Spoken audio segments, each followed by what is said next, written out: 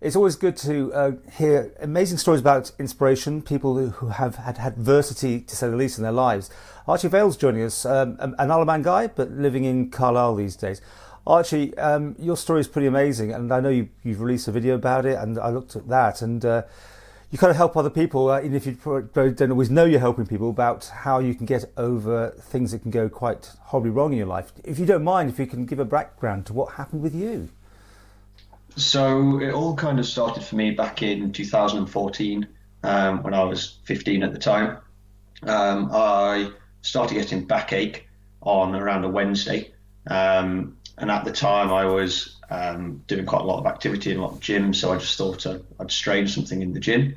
And then sort of over the course of the rest of that week and the weekend, things developed and I started having a fever, started being sick and just feeling, to be quite honest, like I was going to die, which is one of the signs of sepsis, which subsequently found I had.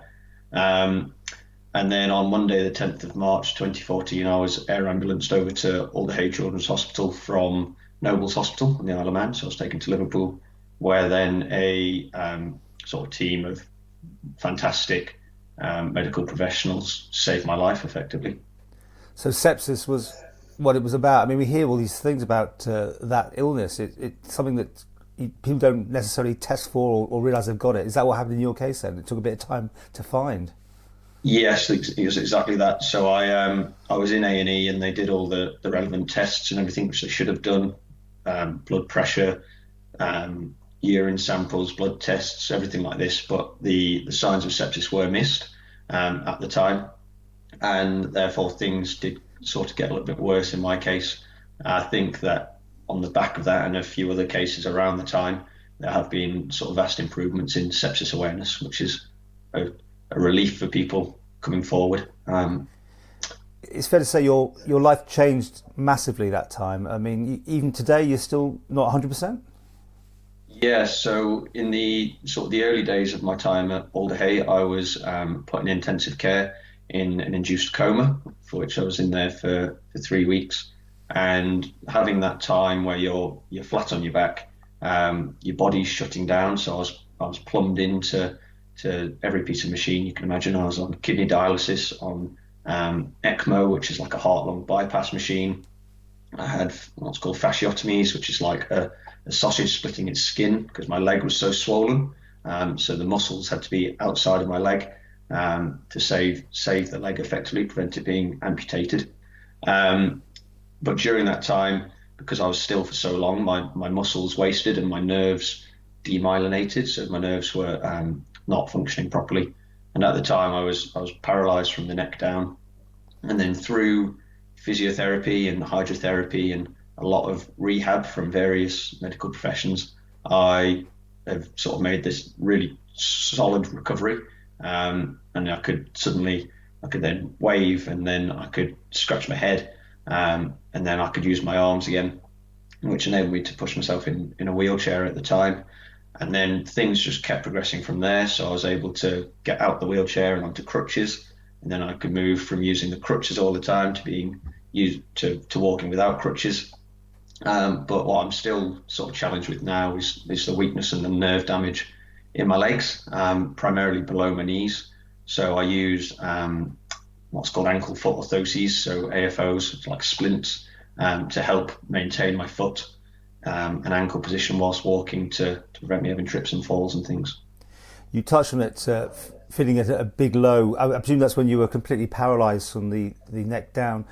I mean, we're having mental health awareness all the time now, but especially this time of year. How did you deal with that? I mean, it was a massive low that you then have recovered from. So when you're stripped of all kind of dignity, I suppose, so all aspects of my care were provided to me. The effect that has on your mental health is massive. So going from quite a fit and able person, good at school and things like that, to then being put to sort of back to square one, as it were, plays with you psychologically. In addition to that, I was on a hell of a lot of strong medication, which can well, did have psychoactive effects. So I was hallucinating, and that sort of can lead to depression, anxiety. And at the time, I was having suicidal thoughts, and I was really struggling in the early days with counselling through the hospital, like through Alder when I was there, and through the sort of huge amounts of support I've had from friends and family. I came through all of that, and it's kind of just been an onward progression that I've seen as my physical recoveries improved and improved and improved. My mental health has then improved and improved as well. And you've helped other people because you've been doing talks, and that's what I saw on, the one on YouTube that's available there. Did that help other people? Did you get something out of it as well? Yeah, I think so, definitely. So through my time at Alder, because I've met so many different aspects of the hospital and was quite a success story from having gone from sort of deathbed to sort of a fit and able person again. They made me what they call an Alder ambassador, which I still am now. And through that, I've had the opportunity to share my story and to kind of help others, I guess. So yeah, the talk you're referring to, Paul, was a medical event where I shared a patient's story, my story, with a room full of doctors. I think there was maybe about 300 people there, and I was only would have been 16 at the time, so it was absolutely terrifying. Stood behind the pedestal, and my legs were absolutely quivering, and that was both because they were weak and because I was nervous. And then from there, I've also shared my story at a charity ball over in the Liver building, which was quite a special event, and that raised over £40,000 for the charity. And then just sharing my story on like a personal basis, so chatting with other people who've been through similar experiences, and even those who haven't been through similar experiences but want to hear it, and I feel like it's sort of motivated and opened people's eyes to adversity, which you don't always see in people.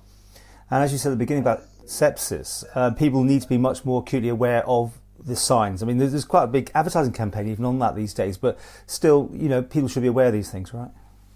Definitely, yeah. And I think the awareness within A&E departments and within hospitals is much better. Then there's fantastic charities as well, which help with raising awareness of sepsis, but then also sort of post-care for people who suffered from sepsis. So there's the Man in Sepsis Trust on the Isle of Man, who are a great charity.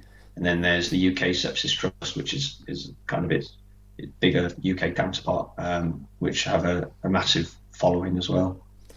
And just to finish on the mental health, I mean, obviously you made those little baby steps and got better and better. Was that it? Sort of the light at the end of the tunnel changed everything for you?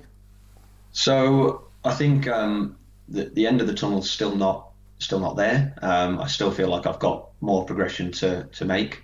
I think the looking back on my journey, the fact that I was sort of so poorly and fighting for my life to then make the recovery I had and be able to go back to school and achieve my A levels.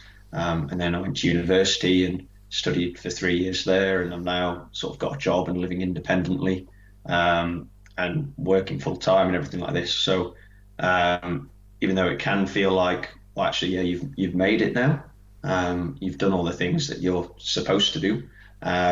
Sort of go to uni, get a job, start working, earn money, buy a car, all this sort of thing, which you're expected to do. But I think in terms of physical recovery, there's still more to come, and it's always a case of seeing what challenges lie ahead.